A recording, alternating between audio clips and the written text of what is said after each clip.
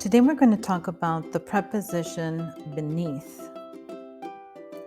Beneath is when something is directly under something else. Now, the main thing to know about beneath is that it's different from below, in that beneath means that it is directly touching something else. So it's underneath something. My cat found a cozy spot beneath the blankets. He loves to hide beneath little paper hats.